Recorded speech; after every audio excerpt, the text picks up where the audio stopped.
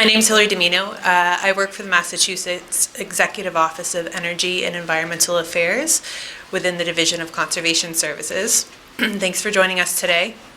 We are going to be talking about a new initiative that myself and the consultant team SWCA is starting to get off the ground.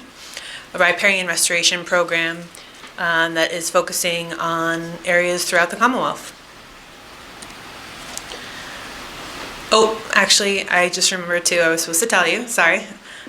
This session is going to be recorded, just so everybody knows, and what was the evaluations will be emailed out? There will be evaluations emailed out afterwards, so just FYI. Okay, outline for today. We're going to discuss project overview and goals, how our sites are selected, and the outreach and next steps that our team is working on currently. So, first off, Riparian Zone Restoration Program. This is the Massachusetts Executive Office of Energy and Environmental Affairs ecological restoration program that is focusing on planting in understocked riparian areas throughout the Commonwealth. The focus is planting of trees, shrubs, and other native plants, with the primary goal of climate resiliency, flood resiliency, and preservation of cold water riverways. Where did this initiative come from? EEA identified a goal of planting 16,100 or a little over 16,000 trees within urban and riparian acres throughout the Commonwealth. This was identified in the Resilient Lands Initiative and then also within the Massachusetts Clean Energy and Climate Plan, and that goal is set for 2030. Some of the goals of this program that we're hoping to achieve: first and foremost, climate resiliency, flood resiliency in the form of capturing excessive stormwater in the event of extreme weather events, providing cooling services, extreme heat mitigation, and also improving and enhancing water quality, managing stream bank erosion, preservation of cold water streams and fisheries, and then again managing that stormwater runoff while filtering pollution, and last but not least, enhancing riparian area through biodiversity. How did this program come to be? The initial program phase was first EEA identified the riparian planting as a priority within the Resilient Lands Initiative and Clean Energy and Climate Plan. In partnership with the Nature Conservancy, they hired on Land Stewardship Inc. to execute some primary work to help facilitate the program and to help glean a little bit of information so that EEA could use that information to hire on a consultant to continue the work. LSI created best practice documents, permitting checklists or anticipated permitting checklists, things that we might encounter along the way, and then also initiated landowner outreach with potential landowners, municipalities, nonprofit groups that can own land and might be interested in participating in this program. After obtaining this information from the Nature Conservancy and Land Stewardship Inc., EEA hired a team of consultants, the SWCA team, and we have been working ever since to target areas, analyze different sites, think about landowners and our potential connections with these folks in order to see what the best fit might be for this program. So currently this is where we're at. EEA and SWCA partnered together. We provided them the data that was gleaned from the LSI and TNC team. SWCA has expanded upon the outreach that the initial team worked on. So reaching out to landowners throughout the Commonwealth, and then we meet together bi-weekly to discuss different data that's collected, talk about our team, and we're actually making some really great progress. So during our talks and our discussions, we've narrowed in upon a few site evaluation criteria. So when we're looking at a site, we want to think about what's the most important values for this program, and what we want, how are we essentially going to rank all of these different sites. The GIS team, Lori, will talk a little bit about how she teases out and goes through that information, but there's over 40,000? Over 30,000 riparian areas that are in the database to be analyzed. So we obviously need some sort of way to classify them, rank them in order to provide insight into how we want to proceed. So again, preservation of cold water fisheries is one of the top criteria that we look to protect. Presence of impervious surfaces. We want to hopefully remove some of the impervious surfaces that are impeding some of the flood absorption in these areas. So if we can target some of these areas that have excessive impervious surface and remove it, that is a top priority. Identified hotspots. So areas throughout the Commonwealth that are already have established heat islands or are suffering from extreme heat in the warmer months. We're hoping that by increasing riparian tree cover, increasing plant cover, that we can mitigate some of that extreme heat. Conserved land. This is something that the EEA team specifically has honed in on as a priority. We want to make sure that our investment's protected. We want to make sure that if we're planting trees and plants within these areas, that that land will be protected and our investment for the future will be protected. Environmental justice neighborhoods. This is a top priority at EEA in general, but we're always looking to invest in EJ communities in order to mitigate some of these other climate issues that we see the team facing there, specifically, again, heat, particulate matter, air pollution, and other, and then water impurities. And then geographic location. We're mindful of wanting to provide this program throughout the Commonwealth. There are a lot of tributaries and rivers and streams located throughout Massachusetts, but there's a large portion of them in Western Mass. We are certainly focusing on Western Massachusetts, but also wanting to make sure that we are focusing on other regions throughout. So implementation. This is where we're coming to as we've been meeting and selecting sites, and we're actually going on a site visit in the next couple of weeks to hopefully start the implementation phase. We've figured out a couple steps that we're going to be looking to implement. First, selecting the project location. With that, we have to connect with local governments, nonprofit organizations, land trusts, and others to discuss site viability and hopefully obtain their partnership. This type of work has to be done in a community setting. We know that we can't just come into a community or a region and impose this effort. It needs to be done together. Coordinating site visits. The SWCA team has helped coordinate site visits, again, with all of these different entities that I've discussed. Design restoration plans. So once we get to a site, we're going to, the team will design a restoration plan focusing on native plants and other trees, shrubs, and other to restore the area. Organize the planting itself. So whether it be through volunteer efforts, whether it be through a contract, we're looking into how we're going to plant these trees and shrubs and what our next steps will be in order to actually implement this program. And then last but not least, facilitate long-term maintenance. This is something that our team is thinking about a lot.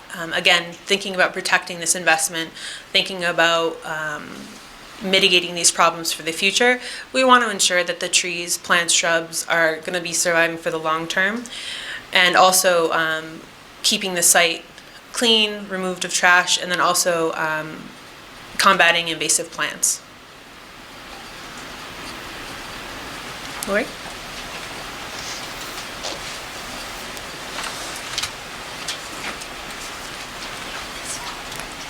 Hi, I'm Lori from SWCA, and I'll be talking about our methods for project site selection.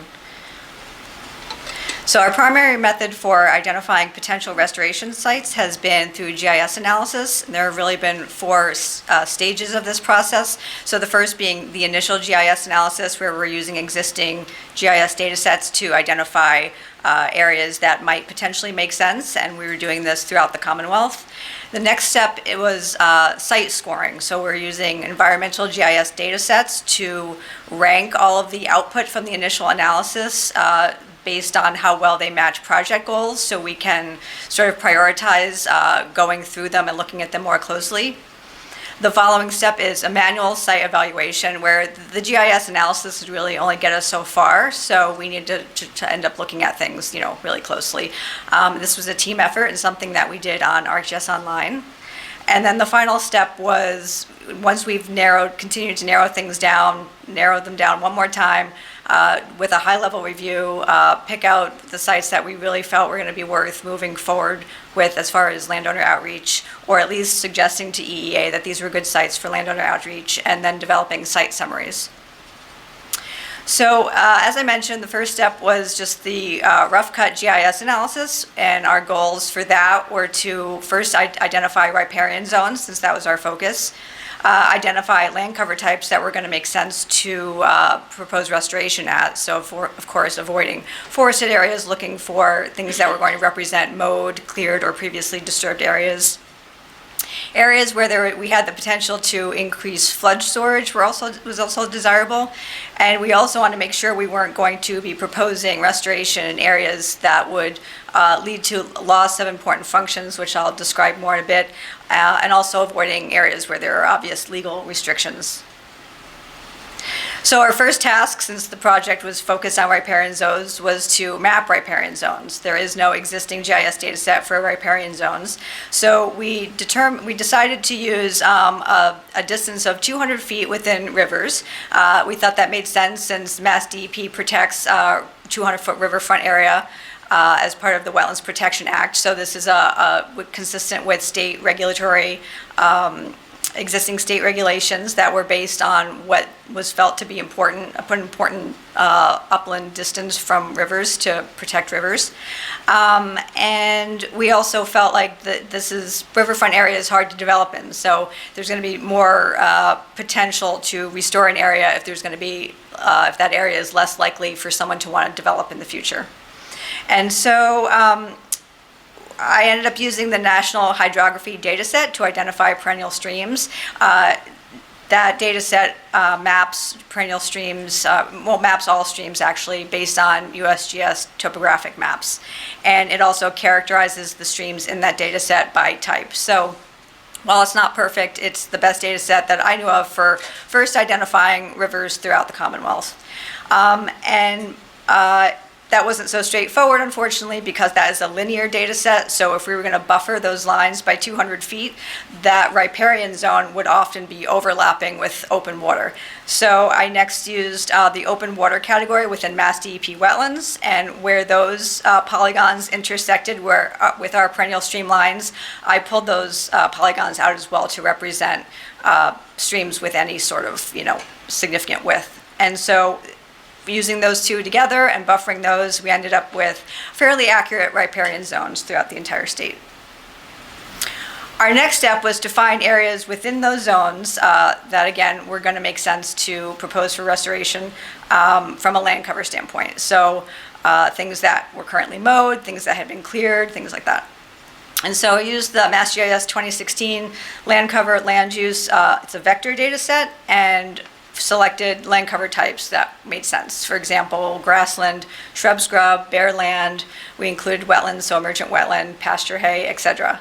There are some decisions that had to be made along the way. For example, I ended up eliminating all residential land uses, which, here and there might have been some areas on residential properties that made sense, but by and large, I was seeing that we were getting a lot of people's backyards, which probably just wasn't worth our time. And since we had such a large area to cover, we really wanted to eliminate as much as possible through this process. So we ended up, like I said, selecting those land cover types that made the most sense. Next, we wanted to make sure we were including areas that would potentially promote flood storage enhancement. And so when I was selecting land cover types, I had originally eliminated impervious surfaces because by and large that was giving us a lot of areas that were just heavily developed and just didn't make sense. But I ended up overlapping impervious surface with existing flood zone data from FEMA to identify these areas where if we were to remove impervious surfaces, that would potentially allow us to increase flood storage. And so again, I used the impervious surface from our current state land cover data set. Next, we want to just make sure we were avoiding areas that maybe no one would prohibit us from restoring, but that we knew we didn't want to propose to restore it because it would be losing important functions. And so we decided to select areas or find areas where prime farmland soils overlapped with active agriculture and eliminate those from consideration. So to be clear, prime farmland soils are located in lots of places across the state that are not currently under agricultural production. And so we didn't eliminate those because they're likely in places that will never be used for agriculture. And then there's also active agriculture that we didn't want to eliminate from consideration either because there are places within close proximity to rivers that would benefit from restoration because they can promote bank erosion and things like that. So we were specifically looking for where there was an overlap between prime farmland soils and active agriculture. And we eliminated those from any of the results that had come out of the land cover clip based on our riparian zones. And then lastly, in this step, it was easy enough to avoid a couple of areas that would be restricted legally, just to, again, help narrow things down. So these were agricultural preservation restrictions, which is nicely a part of the DCR protected and recreational open space layer. Of course, those have deed restrictions related to farmland protection, and then utility right-of-ways, which can be found in both the land cover land use data set as well as within the MassGIS property tax parcels. So once we combined all of those things, we had thousands of little and large polygons throughout the state. The first thing we did, I'd say the first thing we did is consolidate them by parcel. So as we were going to be going through these, anyone that's familiar with GIS, all of these polygons are, have their own kind of data associated with them. And so if we're going to be evaluating them more closely, we decided to consolidate them by parcel. So our unit of analysis was really the potential restoration areas identified on a given parcel, especially since the landowner was going to be such a big consideration. It made sense to sort of group those together. And then before proceeding, I also was able to, of course, through this process, you end up with a lot of little slivers and things here and there. So I was able to kick a lot of stuff out just by eliminating any polygons that were really tiny. And so we thought this process worked pretty well. We were really lucky that MassGIS and the state of Massachusetts has such great available data sets that made this possible. There are, raster data sets for land cover out there, but the resolution isn't great. And even though this data set that we used was from 2016, it's still pretty accurate. Anything that, had been cleared in the past and had been developed since then, we would catch during our manual vetting process. And anything that, had been cleared, well, I'll leave it at that. And also, like I said before, the National Hydrography data set is not perfect, but it seems to be the best thing we have available. And also, there's no digital floodplain data in Franklin County. So for that step that involved overlapping floodplain data with impervious surface, we couldn't do that for Franklin County. So I just ended up putting all the impervious surface areas back in for that county, so we weren't eliminating it. So the next steps are site scoring, where we start evaluating these all of the sites, potential sites for applicability to the program, and prioritizing sites for the further evaluation.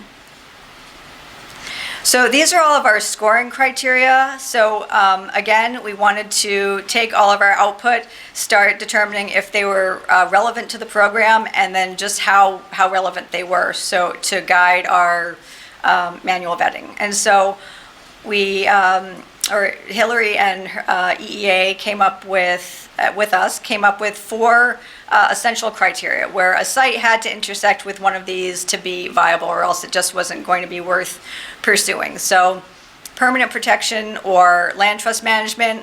Fortunately, these could be easily identifiable in the DCR open space layer.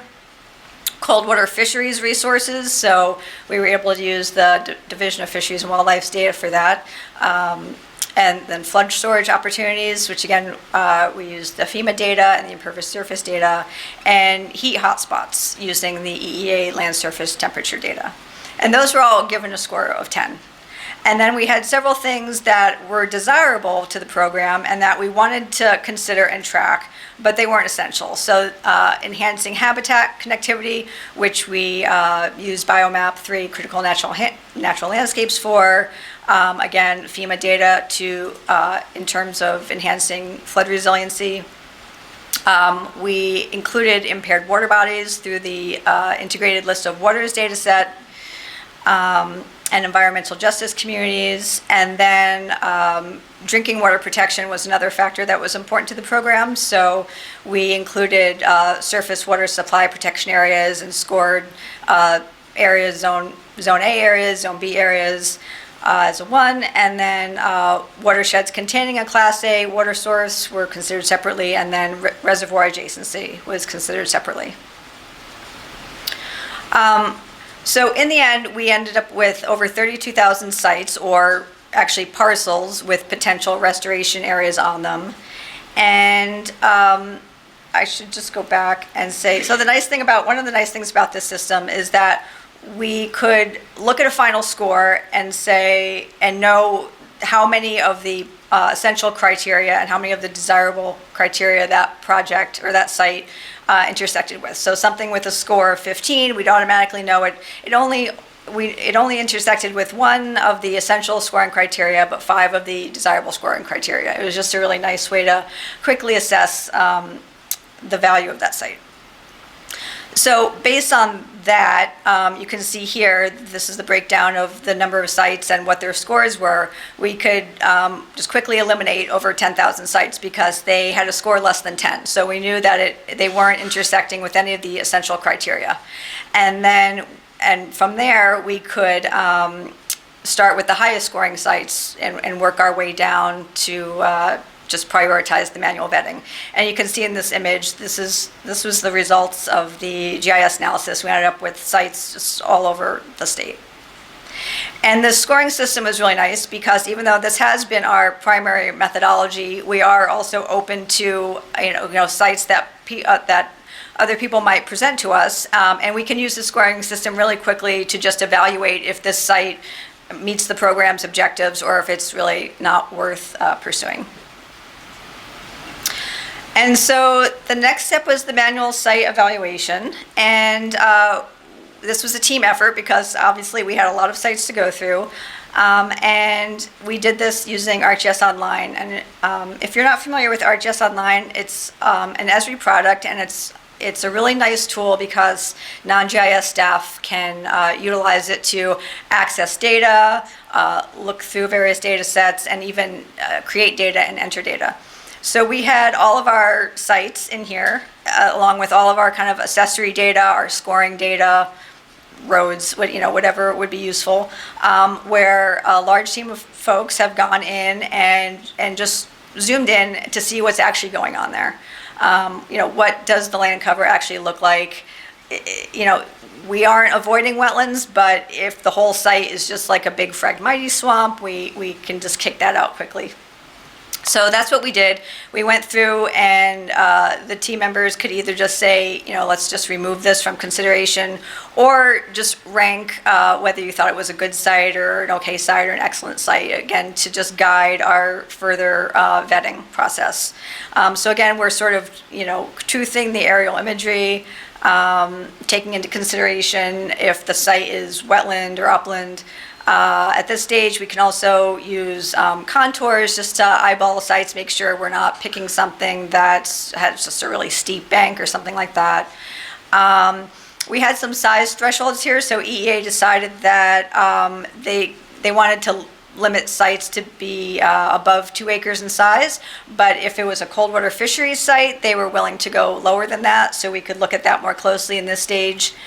And then we could also take a closer look at accessibility, make sure that we weren't picking sites that would be really, really difficult to get to as far as getting equipment and plantings into.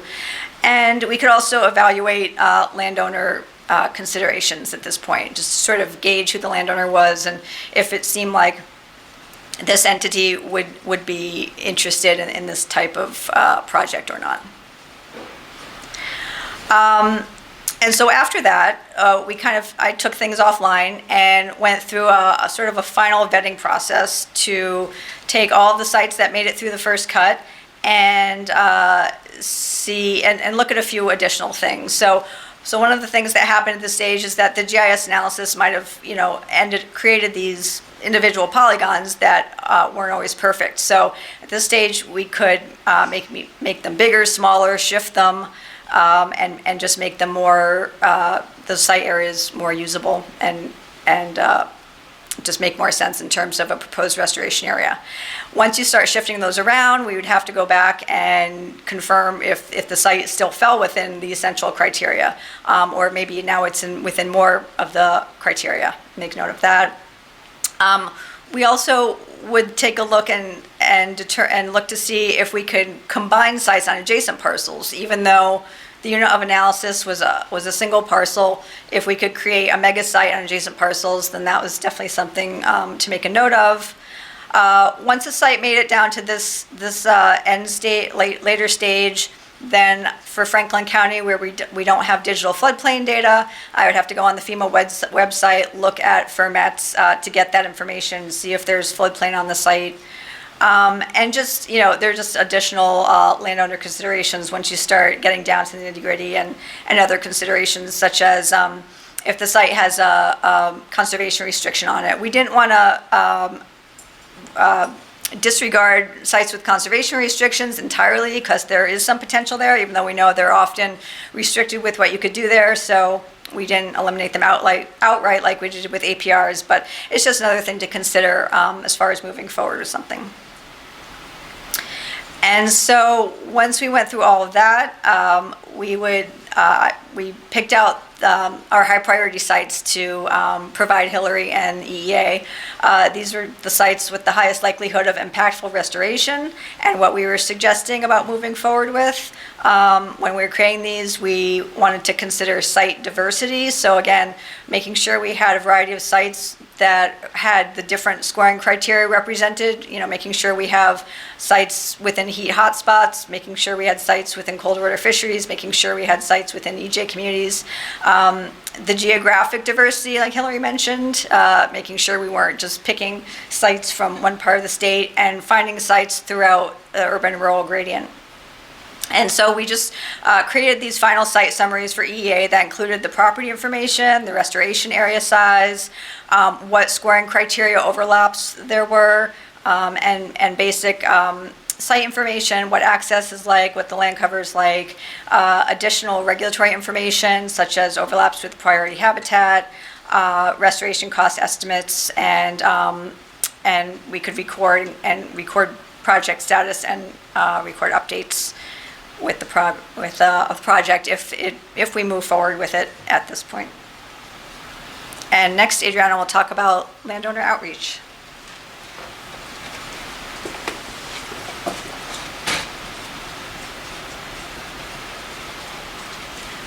Thank you.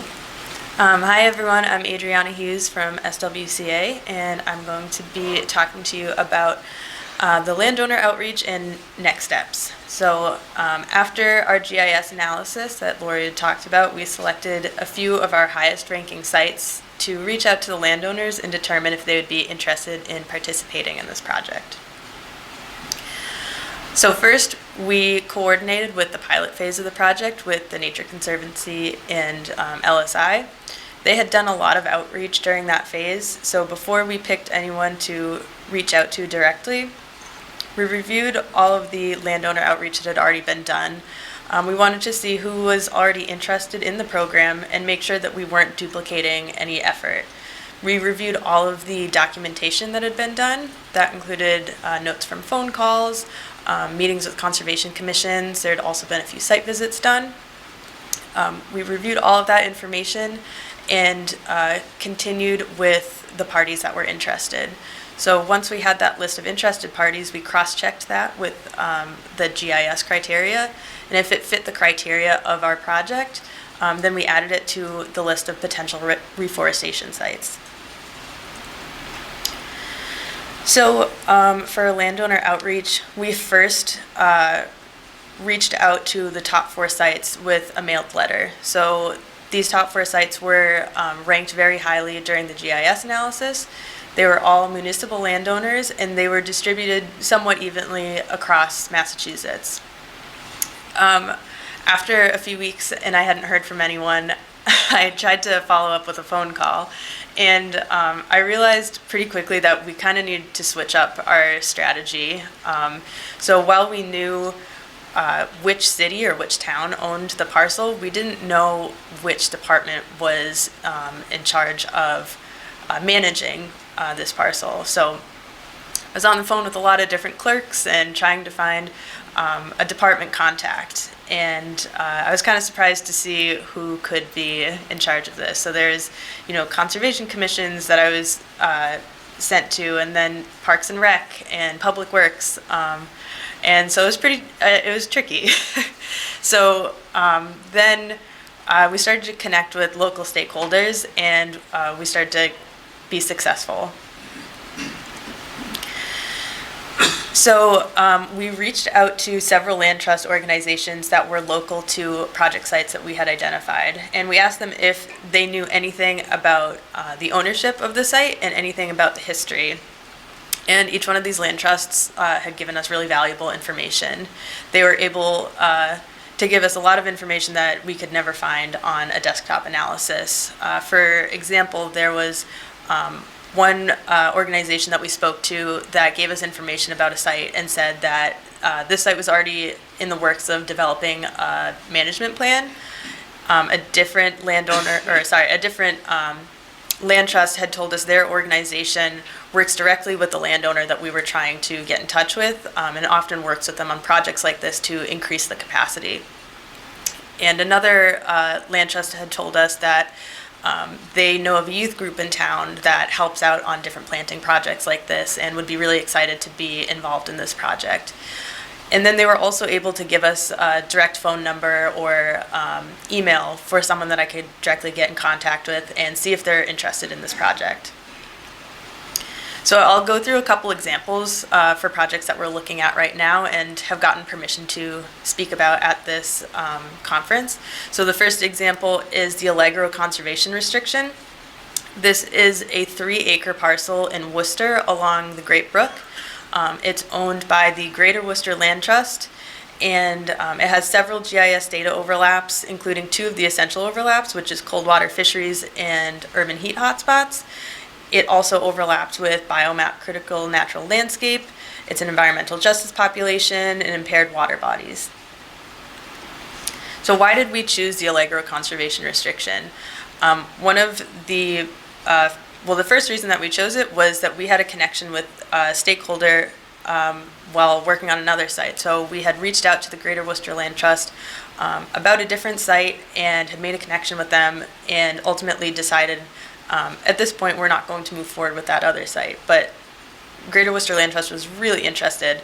And so we asked them, do you know of any other project sites that you own or just that you know of that would maybe fit the criteria of this project. And they proposed the Allegro conservation restriction. So we took the information about where the parcel was, we put it into our GIS analysis, and we found out that it fits 2 of the essential criteria and 4 of the desirable criteria for this project. The landowner was super interested and ready to get started with this, so that was awesome. And there's a big potential to expand with this project. So while at this point we're only looking at this specific conservation restriction, the Greater Worcester Land Trust has connections with a lot of other landowners along the Great Brook, and so the hope is long-term as we get this moving that we may be able to do several restoration projects along the Great Brook to create a more continuous riparian habitat corridor. So next steps for the Allegro conservation restriction. So we're going to be setting up a site visit soon and try to identify some of the factors not shown on the GIS analysis. We know there's invasive plants on site. We don't know what the extent of that is. We don't know if we're looking at a Japanese knotweed monoculture or if we're looking at smaller bittersweet population. So we kind of have to get a handle on that. We want to look at trash in the area, if we need to set up some sort of trash cleanup before we could get into a planting project, and we want to see what the site access is. So all of these factors together are going to tell us or give us more information about how time consuming this is going to be and ultimately how expensive it's going to be. After the site visit, if everything checks out and we want to move forward, we'll start discussing design of the project. So that's going to include a planting plan and species that we would put on the site, a maintenance and monitoring schedule to keep track of plants that are not successful and anything needed to mitigate for that. And if there would be impervious surface removal that would make sense and would be allowed at the site. After the design phase, we'll discuss implementation. So SWCA is here working with EEA, and we are able to do the implementation if needed. But if there are stakeholders, whether that be different volunteer groups or youth groups that would be really excited to get to be part of a planting project, that would be definitely included in the implementation as well. So the next project I'm going to talk to you about is Miller's Meadow. This is a 7-acre parcel in Greenfield along the Green River. This was one of our top 4 sites when we originally did our GIS analysis. And one of the reasons for that is that it hits all 4 of our essential criteria. It overlaps with cold water fisheries, urban heat hotspots, impervious surface in a floodplain, and protected land. It's also an environmental justice population and overlapped with impaired water bodies. So why did we choose Miller's Meadow? Like I said, is ranked very highly and fit all 4 essential criteria. It's an environmental justice community, which is a big focus of EEA and this project right now. And this was an easy project to kind of pick up and start. It already has an ongoing project. So I'll talk to you about that ongoing project in relation to the background from the landowner. So when we first started our conversations with the landowner, we found out that there had been outreach that had begun in the pilot phase. So they had done 2 site visits, there had been a meeting with the Conservation Commission, and through that, the landowner had applied and been granted an MVP grant for 2 years. And they have this really great restoration project that started about a whole planting project in the Miller's Meadow area. So at this point, they have a planting list and a layout that's been created, and they have half of their plants that have been purchased, and they've also got a lot of donations from nearby nurseries. This project is really interesting because it has a large stakeholder involvement. They are in the midst of setting up different volunteer planting days to implement this project, and they have good relations with the local youth group who intends to help with the initial installation, but keep track of long-term maintenance and monitoring as well. So the next steps for Miller's Meadow, we need to work together with the landowner and find out exactly how EEA can help support these efforts. So some of the options that we've talked about are invasive plant control. So we know there is Japanese knotweed that's growing on the bank of this river, and so that's maybe something that we can work on and help this planting project long term and make sure that the knotweed doesn't integrate into the planting area. There's an area that we're looking at to potentially reduce impervious surface that's right next to the river. And there's also potential to expand the planting area. So currently 1/3 of the area has a planting plan, but the other 2/3 of the area we could potentially look at expanding into. So we're very aware of potential pitfalls of restoration projects like this. And it's important to make sure that we have a solid group of stakeholders from the start of a project to ensure long-term project success. So some of those pitfalls that we know can come up are lack of personnel. We need someone available to keep track of logistics and keep the project moving forward. Lack of consistency can also be an issue. With a bunch of different parties involved, we need someone who's going to be available to track the project throughout its life. And lack of maintenance. There's a lot of different maintenance needs that a planting project like this needs. So we need someone to be able to annually monitor conditions for plant health, for herbivory, for invasive plants. That may lead to needing plant replacements. It may lead to installing herbivory control and deer fencing. And maybe we need to implement some invasive control. So we need to be able to get a maintenance plan implemented. So land trusts make great stakeholders. So they have a local influence and they're familiar with the history and owners of our project sites. They may have capacity. They could be our project supporters to help keep track of logistics, and they may have individuals available to help implement corrective actions. They do have direct experience. Many land trusts we know rely on volunteer efforts and are experienced with coordinating those. We know land trusts are also involved with monitoring and management of invasive vegetation. And we have a shared interest. We're both interested in conserving land, and with this project in particular, there's potential to incorporate a conservation restriction on the restored land. So the next steps for this program are to continue site identification and selection, prioritize sites with the highest potential restoration outcomes, contact additional land trusts as applicable, and develop and implement additional restoration project plans.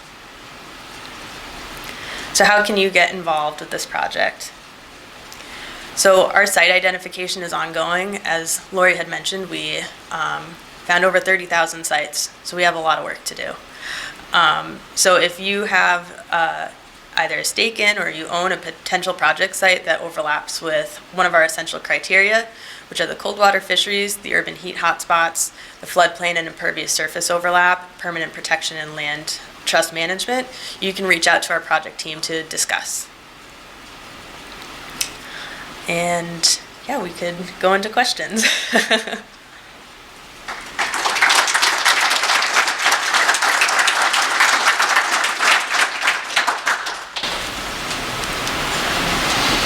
Does anyone have questions?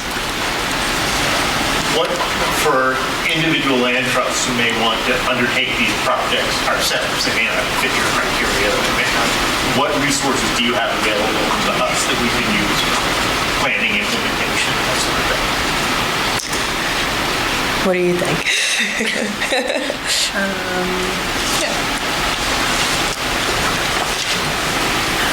I would say first reach out if there are specific sites that you're thinking about. We have been brainstorming how to provide resources with the team. We'd obviously first want to connect about a location that you're thinking about and make sure that it follows our criteria and that it's something that we would all mutually want to move forward with. But we at EEA, we think that we can provide quite a bit of leeway as far as assistance. So supporting a planting day, supporting creating a maintenance plan, potentially even in the long term, depending on how this project moves forward. Certainly design of the plan, that's something that the SWCA team and EEA are working on, or going to be working on soon. So I would say first start with the site, connect with us, and then we can go from there and discuss specifics. Okay, thanks. Yeah. And specifically, looking at, we may, as a local land trust in one town, we may have riparian areas that are of interest to us that don't make your top 1,000 sites. They're still worthwhile, but obviously Right. more worthwhile stuff, at the state level. So really some of the design and implementation guidance, documentation, and whatever information, would be helpful. Yeah, absolutely. Does this project tie into the existing tree planting projects which land trusts have already been working on throughout the state? Specifically, Yeah, like in the Quabbin area and also the Southbridge area. Land trusts there already been planting trees. I don't think, it doesn't. Is this an offshoot of that and they want to develop more areas? It's state funded, so it's actually kind of linked to some of the state programs that are planting trees within gateway cities and other communities.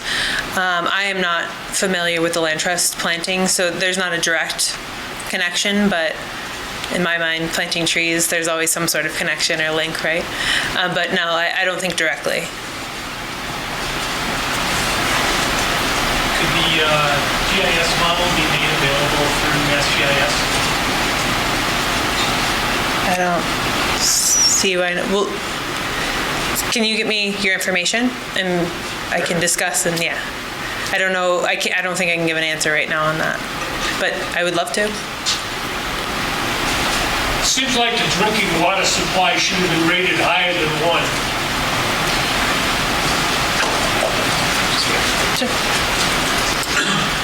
So I think those numbers were a little misleading because it's not like the essential ones were 10 times more important than the ones, the one ones.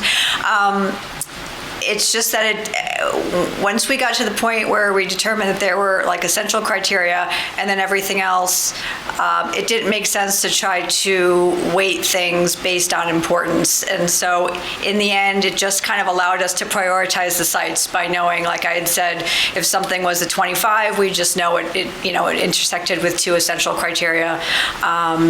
It didn't really affect anything beyond that. The scoring, as far as moving forward, it's just a way of prioritizing the manual vetting because we have so many to do. In the end, we might end up with a great site that only has a score of 15, so it's not too consequential. I'm curious about the funding aspect of it, because I noticed that there was not mention of like budget for these projects, and I know there's probably like a big budget, but yeah, I'm just curious if we could talk more about how you thought about the economic impacts, or how much each parcel would cost to reach the score, and yeah, how that factors into this. Sure. First, this is, we are in the initial phases, so we are just working, all of this out kind of as we go. There is a set amount of funding that the state has to put towards this for the next 3 fiscal years. And the GIS and SWCA team, when they were going through some of these sites, provided an estimate on how much we think that the cost of each site might be. It includes many factors. Obviously, the purchase of plant material and associated materials to plant, but also could include removal of impervious surfaces, the actual labor associated with planting these materials, and a variety of other costs. So as we move forward, we'll have a clearer picture on how much each of these projects cost. That's kind of why we've taken a measured approach on identifying a few sites that were, as Lori mentioned, kind of that high top priority, and then as we move through the next couple of years and see how these projects, how much money they cost, and how how easily they're executed, if you will, we can have a better gauge on how much funding it will take in the long term. Yeah, Hilary, just to that question about cost, I just thought maybe you could highlight, so the nursery supply study that EA did has a spreadsheet where you can put in different costs for maintenance or the cost of trees or whatever. So it could be a tool that someone looking to, say how much would this cost me for 5 acres or 10 acres could use, because they could adjust as needed. So that, I don't know the best way for people to get access to that, but it's not released study. So I wondered if maybe that would, as people reach out to you about this program, or maybe it's already somewhere that I'm not thinking of, that people could use it even in the meantime just to come up with some of those cost estimates. Yeah, I'm not sure if that has been made public or not. Bob, do you know? I don't think so. Yeah, but that's a really great suggestion. We are working at EEA to identify different sourcing for funding or for nurseries and tree stock as to supplement some of these programs to make sure that we have the right variety of tree species and other plant materials for programs like the Riparian Restoration Program, and then some of the other planting programs that EEA and DCR have been working towards. Has the free expertise at the Division of Ecological Restoration been folded into this effort? We have attempted to connect, and we will most likely be connecting, just waiting to make those connections. But yes, we're hoping to partner as well. Anybody else?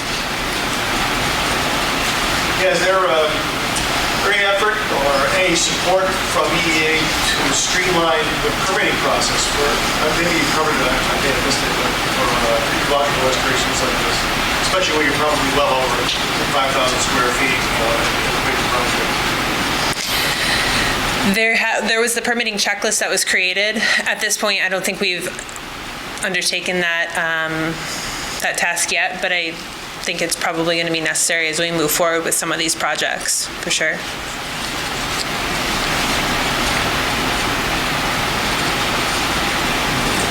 Well, thank you everybody for coming, and if you have any other questions, feel free to reach out.